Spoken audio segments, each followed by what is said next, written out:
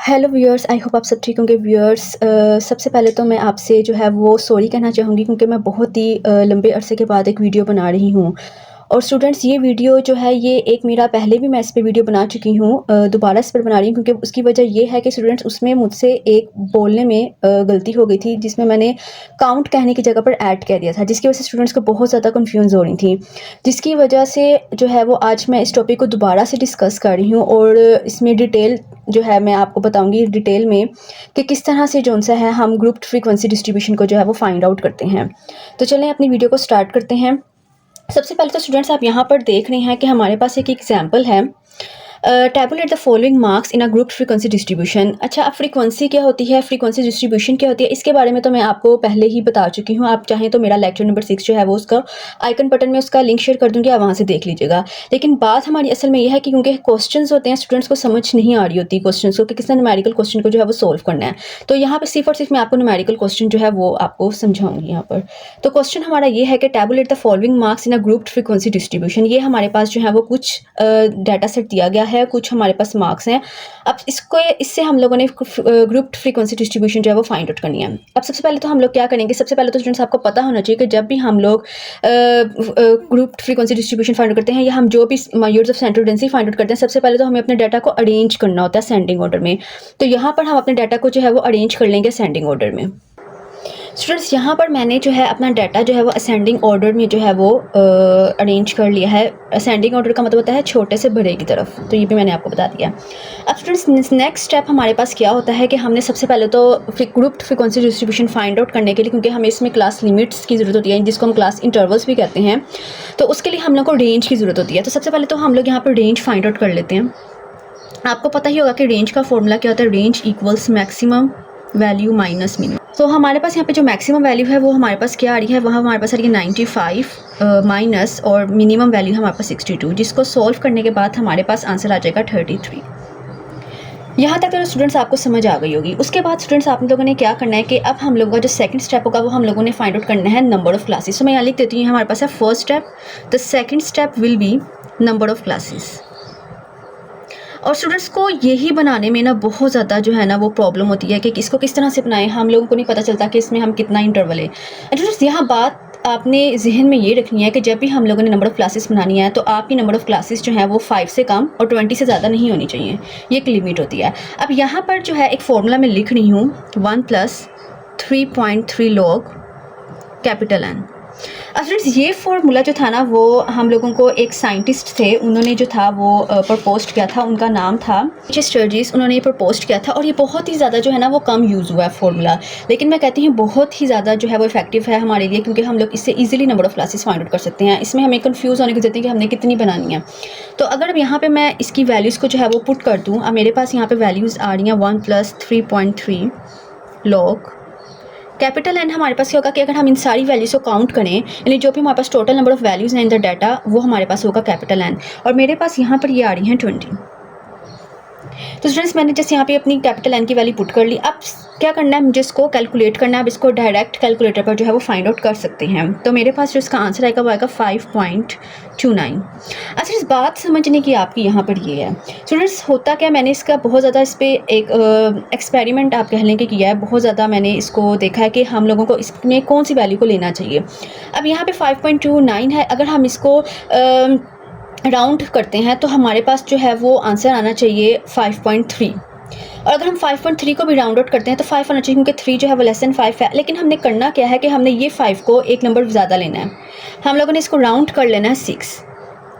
अगर हम ऐसा करेंगे तो हमारे पास जो बिल्कुल परफेक्ट नंबर ऑफ़ क्लासेस बनेंगी, बिल्कुल परफेक्ट क्लास विथ के साथ। सो अब हमारे पास ये स्टेप भी कंप्लीट हो गया। अब थर्ड स्टेप हमारे पास क्या आ रहा है, क्लास विथ, जो हमारे लिए बहुत ज़रूरी है क्लास लिमिट्स बनाने के लिए। अब इसको आपका फॉर्मूला क्या आप यहाँ यूज़ कर रहे हैं, range over number of classes. इसके बारे में मैं पहले भी बता चुकी हूँ, लेकिन मैं क्योंकि इसमें एक मिस्टेक थी तो मैं उसको जो है वो दूर करना चाहती हूँ ताकि आपको अच्छी तरह से जो है ना वो समझ आ जाए। अब रेंज हमारे पास क्या आंसर आया था 33, और नंबर ऑफ़ क्लासेस हमारे पास क्या आ रही हैं 6।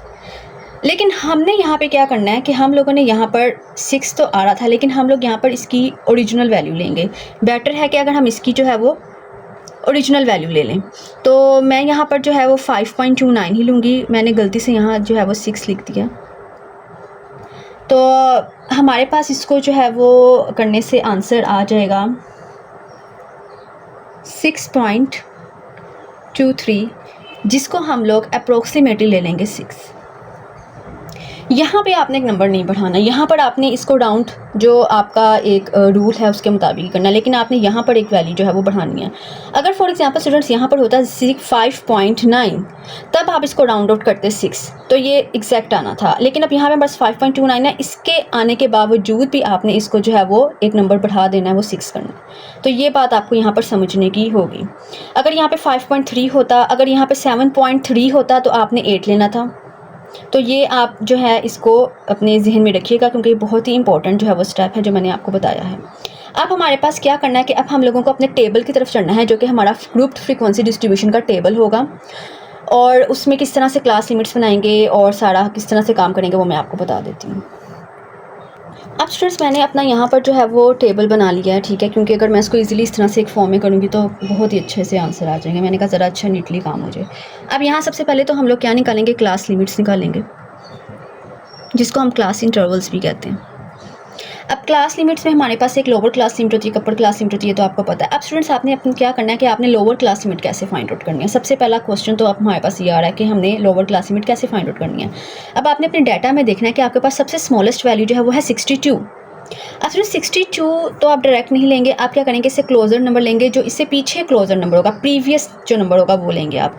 अब मैं अगर स्टार्ट करती हूँ 61 से, तो मेरे लिए बेटर हो जाएगा कि ये एक बहुत ही अच्छे फॉर्म में, एक बहुत ही अच्छे फॉर्मेट में मेरे पास आ जाएंगी क्लास लिमिट। तो बेहतर है कि मैं इसको स्टार्ट करूँ 61 से। अब स्टूडेंट्स हमारे पास अपर क्लास लिमिट कैसे बनेगी। स्टूडेंट्स यहाँ पर मैंने एक बात बोल दी थी कि आप लोगों ने यहाँ पर जो है अपना क्लास विथ को ऐड कर देना है 6, तो आपके पास आ जाएगी अपर क्लास लिमिट। पर ये मैंने गलत कहा था। यहाँ पर आपने क्या करना है कि यह क्लास विथ हमारे पास 6 है, आपने इससे एक कम नंबर लेना है 5, 61 + 5 ऐड करना है, तो आपके पास आ जाएगा 66। अब उससे नेक्स्ट हमारे पास कैसे बनेगी, नेक्स्ट हमारे पास इससे एक नंबर बढ़ जाएगा, वो बन जाएगा 67। नेक्स्ट हमारे पास क्लास लिमिट क्या आ गई, लोअर क्लास लिमिट 67। अब बात स्टूडेंट्स यहाँ पे ये थी कि जब हम लोगों ने स्टार्ट करना है स्मॉलेस्ट क्लास लिमिट से, तो हम लोगों ने उसकी अपर क्लास लिमिट बनाने के लिए जो क्लास विथ होगी उसमें से -1 करना है, और जो आंसर आएगा वो ऐड कर देना है। और दूसरी बात, आप अगर इस तरह समझ नहीं आ रहा तो इस तरह भी समझ सकते हैं कि अगर आपने फर्स्ट जो स्टार्ट कर रहे हैं लोअर क्लास लिमिट से, तो 61 है। अब आपने जो नेक्स्ट लोअर क्लास लिमिट बनानी है उसमें आप ये क्लास विथ ऐड करके ये नेक्स्ट लोअर क्लास लिमिट बना सकते हैं, और उसके बाद उसकी पिछले वाले की जो अपर क्लास लिमिट है उसमें आप एक नंबर कम कर देंगे, तो आपके पास पिछले वाले की जो है वो अपर क्लास लिमिट आ जाएगी। तो ये असल बात जो है थी वो मैंने आपको कहनी थी। इसी तरह से नेक्स्ट आपने इसी तरह करना है, 67 में आपने 5 ऐड करना है, तो आपके पास जो है वो नेक्स्ट आ जाएगा विच इज़ 72। अब नेक्स्ट आपने इससे नंबर एक बड़ा ले लेना है, यानी 72 के अगला क्या आता है 73, वो ले लेना है। फिर इसमें आपने जो है वो 5 ऐड करना है, तो आपके पास आ जाएगा 78। इसी तरह से जो है वो आपने बनाते जाना है, और आपकी ये तकरीबन नंबर ऑफ़ क्लासेस कितनी हो जाएंगी, 6 हो जाएंगी। ये नंबर ऑफ़ क्लासेस हैं हमारे पास, और इसका इंटरवल इसके बीच में जो है वो आ रहा है। अब स्टूडेंट्स हमारे पास इसकी जो अपर क्लास लिमिट है वो हमारे पास कैसी हो जाएगी, 84। उसके बाद आपने क्या करना है, इसी तरह से ये एक डिजिट आगे बढ़ जाएगा, 84 के बाद 85, और इसमें हम 5 ऐड कर लेंगे which is 90, and the next one is 91। If we will add 5, so we will get 96। So just still here, because हमारे पास जो डाटा है वो कहाँ तक आ रहा है 95 तक, और हमें इससे आगे मज़ीद जाने की ज़रूरत ही नहीं है। अब आप यहाँ देखेंगे कि आपके पास जो हैं ये 6 क्लासेस जो हैं वो बन रही हैं, 1 2 3 4 5 6। एग्जैक्ट क्लास इंटरवल भी 6 का आ गया आपके पास। अब हम लोगों ने क्या करना है कि क्लास बाउंड्रीज को जो है वो फाइंड आउट करना है। That is very easy. आप लोगों ने क्या करना है कि जो आपकी लोअर क्लास लिमिट होगी उसमें आपने माइनस कर देना 0.5, और अपर क्लास लिमिट में 0.5 को ऐड कर देना है, तो आपके पास क्या आ जाएंगी क्लास बाउंड्रीज। जैसे यहाँ पर अगर मैं लिख रही हूँ 61 - 0.5 विच इज़ 0.5, एंड इसी तरह से 66 + 0.5 विच इज़ 66.5।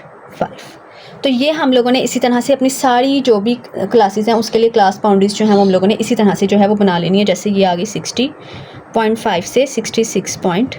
5 तक। इसी तरह से हम लोगों ने बाकी जो उनसी हैं वो कर लेनी है। तो ये बाकी जो है हमारा कॉलम जो है वो कंप्लीट हो जाएगा। अब स्टूडेंट्स नेक्स्ट कॉलम हमारे पास होता है मिड पॉइंट्स का।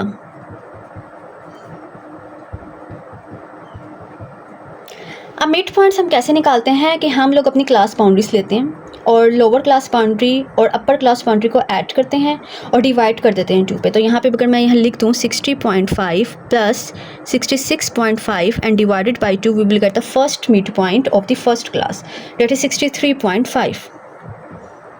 इसी तरह से हम लोग जो है वो बाकी भी निकाल लेंगे, तो हमारे पास जो बाकी हैं वो आ जाएंगे। नेक्स्ट कॉलम हमारे पास आता है टैली का। स्टूडेंट्स टैली कोई इतना मुश्किल जो है वो हमारे पास नहीं है काम, ये बहुत इजी है। सबसे पहले तो आप यहाँ पे फ्रीक्वेंसी फाइंड आउट कर लें। अब फ्रीक्वेंसी फाइंड आउट कैसे करते हैं कि हम लोगों ने अपने डाटा में देखना होता है और फर्स्ट क्लास लिमिट जो है हम लेते हैं। फिर हम देखते हैं कि ये एक हमारे पास इंटरवल है, इसके अंदर जो भी वैल्यूज़ हमारे पास डाटा से रिलेटेड जो भी डाटा में आ रही हैं वो उतनी वैल्यूज़ को हम काउंट करके यहाँ लिख देते हैं। और टैली आप बाद में बना लें तो ज़्यादा बेहतर हो जाता है, क्योंकि स्टूडेंट्स को टैली में पहले प्रॉब्लम होती है, वो यहाँ पे कोई ना कोई मिस्टेक कर देते हैं, फ्रीक्वेंसी गलत आ जाती है और आंसर गलत आ जाता है। तो मैं जो हूँ वो बेहतर यही समझती हूँ कि पहले फ्रीक्वेंसी को बना लें, लिख लें, काउंट कर लें, उसके बाद टैलीज जो है वो कंप्लीट कर लें, क्योंकि ये एक हिस्सा है ग्रुप फ्रीक्वेंसी डिस्ट्रीब्यूशन टेबल का, तो ये आप कर लें तो बेहतर होता है। अब फ्रीक्वेंसी हम लोगों ने कैसे फाइंड आउट करनी है, 61 to 66 फर्स्ट हमारे पास जो है वो क्लास लिमिट है। अब यहाँ पर हम लोग काउंट करें कितनी वैल्यूज़ इसके अंदर जो है वो एग्जिस्ट कर रही हैं। 1 2 these are the 2 62 65 because we have the class limit, first class limit is 61 to 66, so 2 classes हैं, so 2 values हैं आ रही हैं, तो हम यहाँ पे लिखेंगे 2। इसी तरह सिमिलरली हमारे पास है 67 से 72 तक। अब हम इसको 67 से 72 जितनी भी वैल्यूज़ हमारे डाटा में एग्जिस्ट करती हैं वो हम लोगों ने काउंट कर लेनी है। 1 2 3 4 और यहाँ हम लिख देंगे 4। जैसे अगर तो कोई भी क्लास जो है या कोई भी वैल्यू जो है वो वैल्यू जो है कोई भी मार्क्स, जैसे मार्क्स हैं यहाँ पर अगर रिपीट हो रहे हैं तो हम उसको भी काउंट करेंगे। उसको आपने एक दफ़ा नहीं लेना, उसको भी आपने काउंट करना है और फिर उसको ऐड करना है यहाँ पर फ्रीक्वेंसी के अंदर। इसी तरह से जो नेक्स्ट है वो मैं नेक्स्ट भी फाइंड आउट कर लेती हूँ। आप जब करेंगे इसको खुद से सॉल्व तो आपको ज़्यादा अच्छे से जो है वो आइडिया हो जाएगा। अब मैं बाकी भी यहाँ पर लिख देती हूँ। ये मैंने अपना फ्रीक्वेंसी का टेबल जो है कॉलम जो है वो कंप्लीट कर लिया। हम जिसकी टैली फाइंड आउट करनी है। अब टैली कैसे करेंगे, 2 हमारे पास फ्रीक्वेंसी है तो हम बस 2 लाइन्स लगा देंगे। 4 हैं तो 1 2 3 4, 3 हैं 1 2 3, 3 हैं 1 2 3, 5 के लिए हम क्या करेंगे 1 2 3 4 और जो 5th होगा वो हम लोगों ने इस तरह डायगोनल लेना है 3 1 2 3। अब इस लास्ट स्टेप में आपने क्या करना है, आपने टोटल फाइंड आउट करना है। यहाँ पर आपने फ्रीक्वेंसी के नंबर्स को ऐड करना है और आपके पास यहाँ आ जाएगा 20। अगर आप चेक करें तो आपके पास जो नंबर ऑफ़ वैल्यूज़ थी डाटा के अंदर वो 20 थी, आपकी फ्रीक्वेंसी भी आ रही है 20। इट मीन्स जो हम लोगों ने काम किया ये बिल्कुल 3 किया। अगर आपकी यहाँ पर कोई वैल्यू मिस हो रही है और आंसर चेंज आ रहा है और नंबर ऑफ़ वैल्यूज़ आपकी डिफरेंट आ रही हैं तो इट मीन्स आपने यहाँ कोई ना कोई मिस्टेक की है, तो आपको इसको चेक करने की ज़रूरत है। स्टूडेंट्स ये था एक detail video group frequency distribution पर, जिस पर मैंने आपकी कन्फ्यूजन को दूर करना था जो बहुत से स्टूडेंट्स के कमेंट्स आ रहे थे। तो स्टूडेंट्स कभी कभी ऐसा होता है कि वो बोलने में कोई मिस्टेक हो जाती है, तो उसके लिए सॉरी। तो स्टूडेंट्स अगर आपको मेरी वीडियो अच्छी लगी है तो इसको ज़रूर लाइक कीजिएगा और मेरे चैनल को सब्सक्राइब करना मत भूलिएगा। अब कोशिश करूँगी कि नेक्स्ट वीडियो बहुत जल्द बना लूँ आपके लिए। Thank you.